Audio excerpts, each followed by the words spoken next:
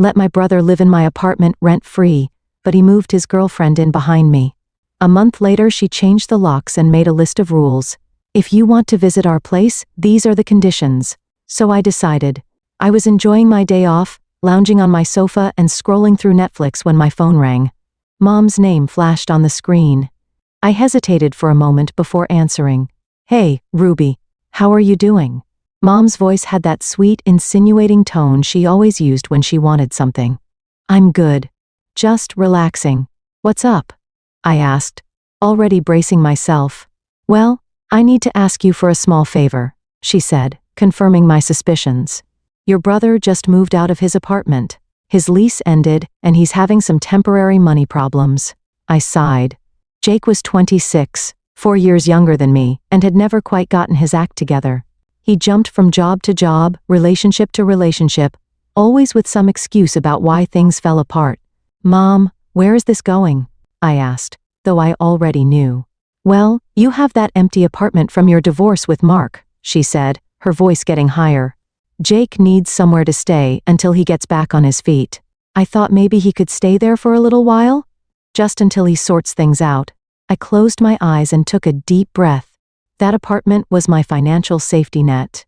After my divorce 3 years ago, I kept the apartment we had bought together as part of the settlement. 2 years later, I bought myself a nicer place in a better neighborhood, taking on a hefty mortgage. My plan was to rent out the old apartment to help cover my mortgage payments. Mom, I was planning to rent that place out. I reminded her. I need the rental income to help with my mortgage. I know, sweetie, but this is family we're talking about. Jake really needs help right now. You're doing so well at your marketing job, and he's struggling. It would just be temporary. I knew what temporary meant in Jake's vocabulary. I also knew that if I refused, Mom would bring this up at every family gathering for the next decade, subtly hinting at how I'd abandoned my brother in his time of need. Fine, I said after a long pause, he can stay there temporarily, but I mean temporarily, Mom. Thank you so much. Jake will be so grateful. I'll tell him right away. Before I could set any more conditions, she hung up. I threw my phone onto the couch cushion next to me and groaned loudly. So much for my rental income. A week later, I met Jake at the old apartment with his few belongings. He looked exactly as I expected. Casual, relaxed, like he didn't have a care in the world despite being essentially homeless and jobless. Hey, sis, thanks for this, you're a lifesaver, he said, giving me a quick hug. He smelled like he'd just smoked a cigarette.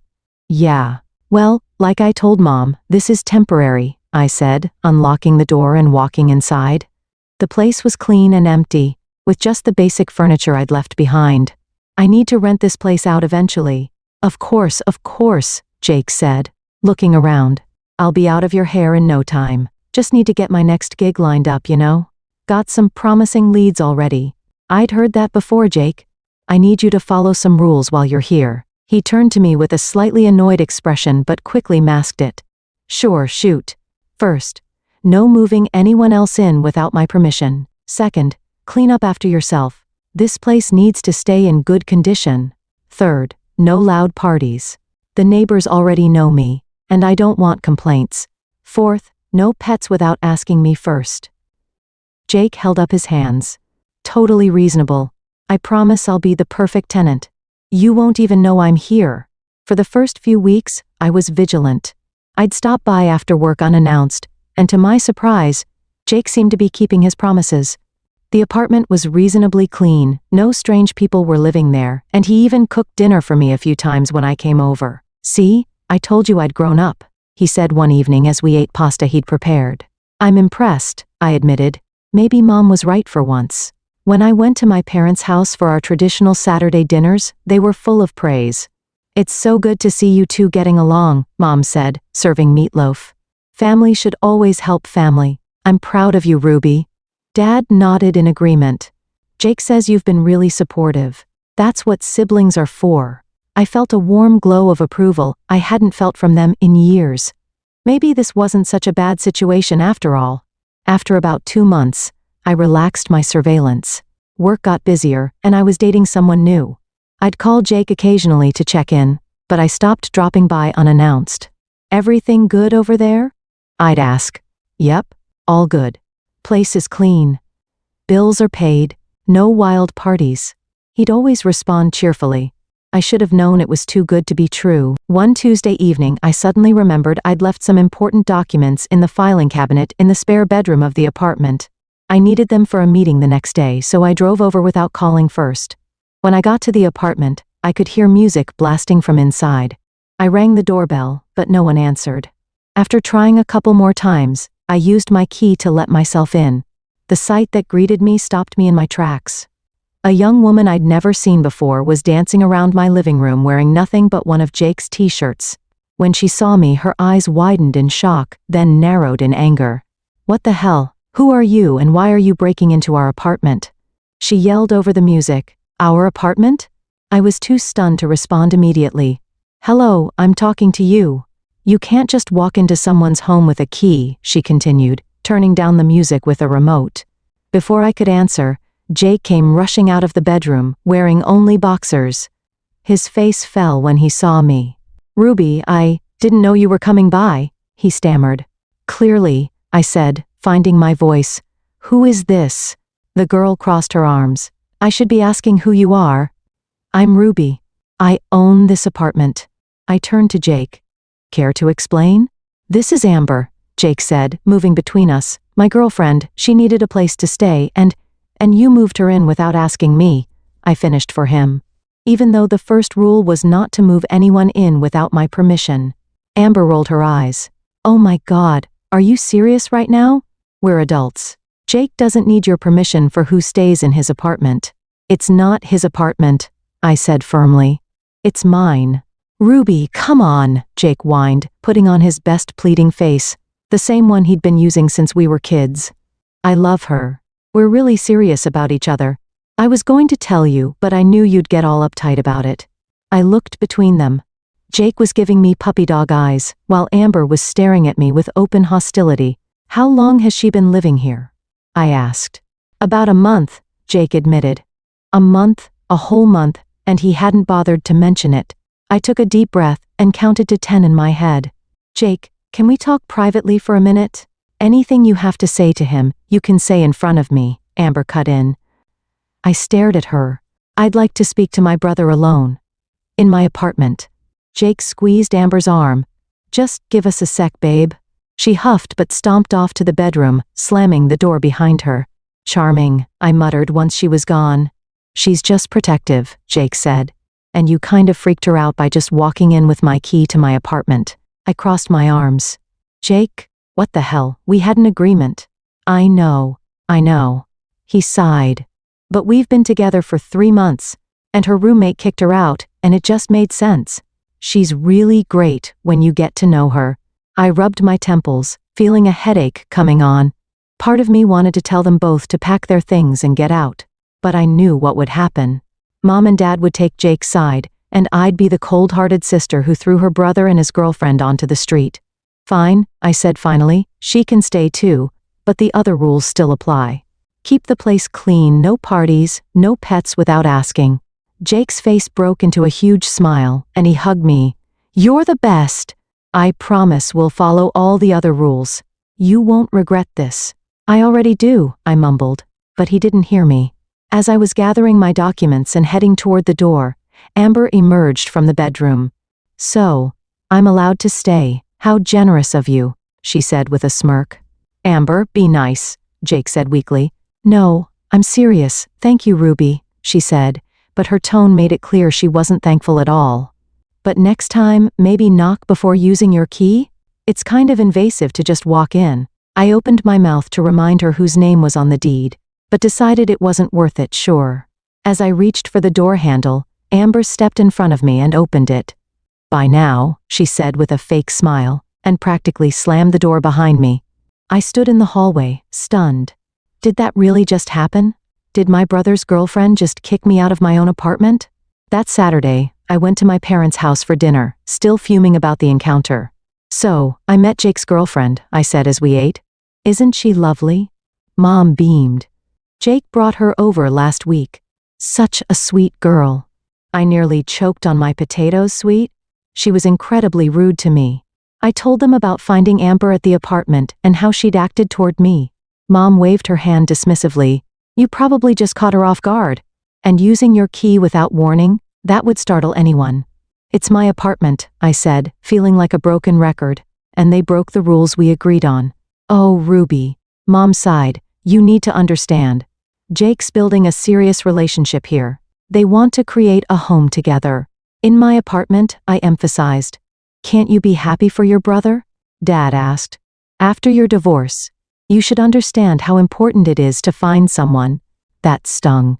They knew my ex-husband had cheated on me, yet somehow they were using my failed marriage to guilt me about Jake. This isn't about my divorce, I said. It's about Jake not respecting our agreement. Family is more important than rules, Mom said firmly. You have 2 apartments, Ruby. Your brother has none? You can afford to be generous. I gave up trying to make them understand and changed the subject. The following week, I got the utility bills for my apartment. My jaw dropped when I saw the amounts, nearly double what they were before. I called Jake immediately. Hey, have you seen the utility bills? They're twice as high as they should be. What's going on? Well, he hesitated. Amber likes to take really long baths, like, really long. And she says she needs light to see, so she keeps all the lights on. I closed my eyes and counted to 10 again. Jake, I'm paying those bills. I know. I'm sorry. I'll talk to her about it. Please do, I said. I can't afford these kinds of increases. I promise, sis, I'll handle it. I wanted to believe him, but a part of me knew better. 3 weeks later, my phone rang. It was Mrs. Patel, the elderly woman who lived across the hall from my apartment. Miss Ruby, I am sorry to bother you, she said in her gentle accent, but there have been very loud parties in your apartment. Many nights, very late, too much noise, too many people. I apologized profusely, promising to address the issue, even as anger bubbled inside me. First the unauthorized roommate, then the bills, now parties? Jake had broken every single rule. The next day, I drove to the apartment after work. I knocked on the door, then rang the doorbell, but no one answered. I tried my key, but it wouldn't turn in the lock. I stared at the door in disbelief. They had changed the locks. They had changed the locks to my apartment. I was beyond furious now. I went down to my car and decided to wait. 2 hours later, Jake and Amber appeared, walking toward the building entrance. I followed them inside and up the elevator. When they reached the apartment door, I called out, "Jake?" He turned, his face dropping when he saw me. Amber looked annoyed. "What are you doing here?" she asked. "We need to talk about why my key doesn't work anymore," I said, now. Jake at least had the decency to look embarrassed. "Ruby, I can explain."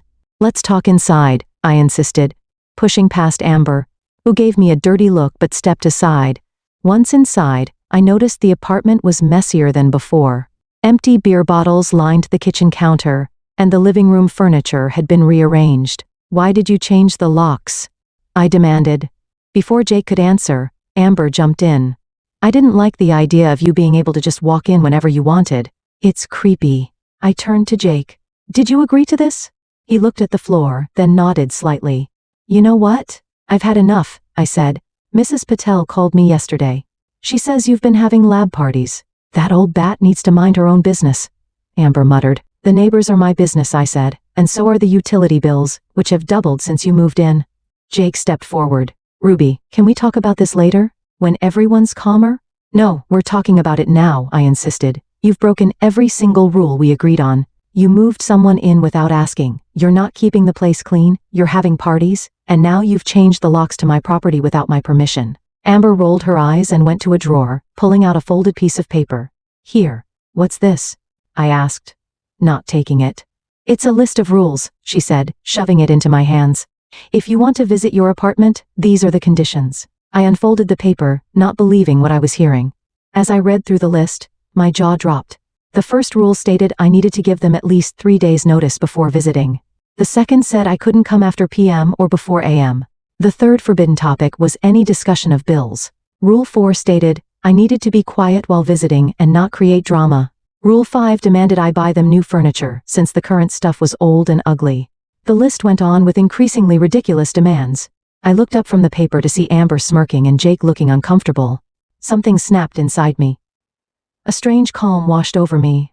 You have 1 week to move out." Their smug expressions vanished. "What?" Jake sputtered. "You can't kick us out," Amber shouted. "We have rights. You're not on the lease." "There is no lease. This is my property, and I'm telling you that you have 1 week to find somewhere else to live." Amber's face contorted with rage. She grabbed a vase from the bookshelf, a blue glass one I'd bought in Venice during my honeymoon, and threw it to the floor. It shattered into dozens of pieces. I flinched but kept my composure. "That vase cost. You'll be reimbursing me." "Go to hell," she spat. She reached for another decorative item, a ceramic bowl. "Touch anything else, and I'm calling the police," I warned her. "Destruction of property is a crime." She froze, hands still outstretched. "1 week," I repeated, then turned and walked out. As I closed the door behind me, I heard Amber screaming obscenities, with Jake trying to calm her down. I walked to my car with my head held high, but once inside, my hands started shaking. I'd never stood up to Jake like that before. I had just pulled into my driveway when my phone rang. Mom's name flashed on the screen. Great. Jake had already called her. "Hello," I answered, bracing myself. "Ruby, what is wrong with you?" She started immediately. "Jake just called us in tears. How could you kick your brother and his girlfriend out onto the street?" "Mom, they changed the locks to my apartment without asking me." "I'm sure they had their reasons," she dismissed. "You're always barging in without warning." Dad's voice came on the line. "Your mother and I are very disappointed in you, Ruby, after everything we've done for you." "What exactly have you done for me, Dad?" I interrupted. "I bought my own place, I'm paying my own mortgage, I'm letting Jake stay in my property rent-free, and he's taking advantage of me." "That girl seems lovely," Mom said. "Jake says you've been hostile toward her from the start." I laughed in disbelief. "Amber threw a base at me today. She wrote out a list of rules that I have to follow to enter my own property." "You're exaggerating," Mom said. "Ever since Mark left you, you've been bitter." "We understand, sweetie, but don't take it out on your brother." I couldn't believe what I was hearing. I ended the call and turned off my phone. I sat in my car for a long time staring at nothing, letting the anger and hurt wash over me. The next day, I called a lawyer friend to make sure I was within my rights to evict Jake and Amber. She confirmed that since they weren't on any lease and the property was in my name, I could legally require them to leave. I also arranged for a locksmith to meet me at the apartment the following week. The days passed slowly.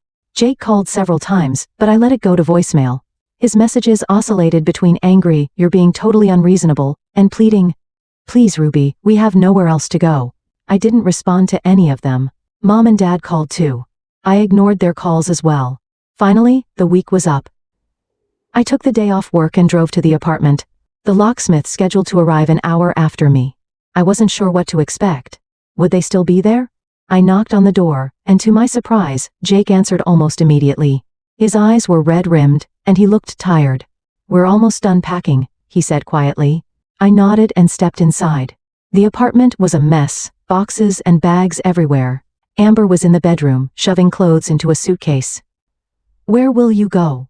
I asked. Despite myself, "Mom and Dad said we can stay with them until we figure something out," Jake replied, not meeting my eyes.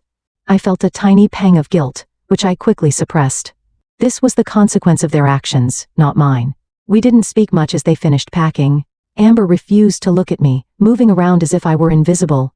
When they were finally ready to leave, she threw the keys onto the floor at my feet without a word. "Amber," Jake said weakly.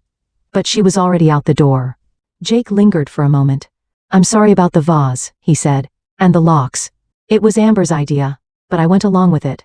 "You always go along with things, Jake," I said. "That's your problem." He nodded sadly, then picked up the last of his bags and left. After Jake and Amber left, I surveyed the damage to my apartment. The place was a disaster. There were stains on the carpet, scuff marks on the walls, and the bathroom had a layer of grime that made me gag. The kitchen wasn't much better. The sink was full of dirty dishes, and something unidentifiable was growing in the refrigerator. The locksmith arrived and changed all the locks. I paid him extra to install a deadbolt for additional security. As he worked, I started cleaning, filling garbage bag after garbage bag with trash they'd left behind. It took me 3 full days to get the apartment back into decent shape. I had to hire professional cleaners for the bathroom and kitchen, and I ended up replacing the carpet in the living room. All told, it cost me over to fix everything. Once the apartment was clean, I listed it for rent. I took professional photos, wrote up a detailed description, and set a fair price that would cover my mortgage with a little extra for maintenance. Within a week, I had multiple applications. I vetted each potential tenant carefully, checking references and running credit checks.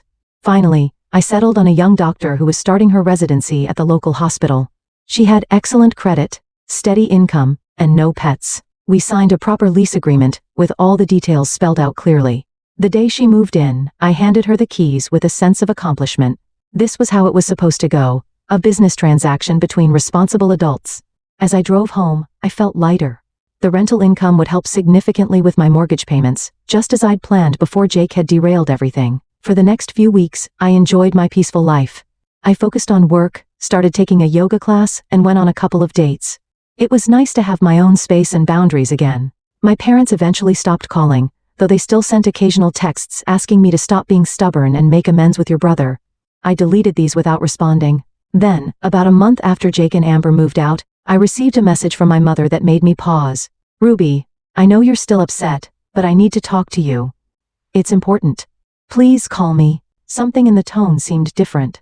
I hesitated, then decided to call her back. "Mom, what's going on?" There was a heavy sigh on the other end. "Ruby, I owe you an apology. Amber is not who we thought she was. She's taken over the guest room like it's her personal suite. She leaves her things everywhere, uses all the hot water, and gets angry if we ask her to clean up." "Sounds familiar," I said dryly. "She set up rules for us in our own home," Mom said, her voice breaking a little. "She told your father he couldn't watch TV after 9 p.m. because the noise bothers her. And she invited friends over for dinner without asking me first." I couldn't help but feel a twist of satisfaction. "That must be hard for you." "I see now what you were dealing with," Mom admitted. "Can you talk to Jake? Maybe convince him and Amber to find their own place? Your father and I are at our wits' end." I laughed in disbelief. "Are you serious right now? You want me to solve your problem after you took their side against me?" "Ruby, please, we made a mistake. We're your parents. And I'm your daughter," I replied. "But that didn't stop you from accusing me of being jealous and bitter. It didn't stop you from dismissing everything I said about how they treated me and my property." "We were wrong," Mom said quietly. "I'm sorry. The apology should have felt good, but it was too little, too late. Mom, you and Dad created this situation. You enabled Jake's behavior his entire life. You taught him that rules don't apply to him, and that someone else will always clean up his messes. What are we supposed to do with them?" Mom asked, sounding genuinely lost. "That's your problem to solve, not mine. Just like my apartment was my problem, remember?" There was a long silence on the other end. "Will you at least talk to us again? Come to dinner on Saturday?" I considered it. Part of me wanted to hold on to my anger, to make them suffer the way they'd made me suffer. But another part recognized that this might be a chance for real change in our family dynamics. "I'll think about it," I said finally, "but I'm not fixing this for you." "I understand," Mom said. "We love you, Ruby." After we hung up, I sat on my couch, processing the conversation. There was a certain poetic justice in my parents getting a taste of what I'd experienced. Maybe now they'd understand why I'd taken the stand I did. Over the next few days, I thought about whether to go to Saturday dinner. In the end, I decided to go, not to fix their problems, but to establish new boundaries for our relationship going forward. As for Jake and Amber, I felt no obligation to help them. My brother had made his choices, and now he could live with them.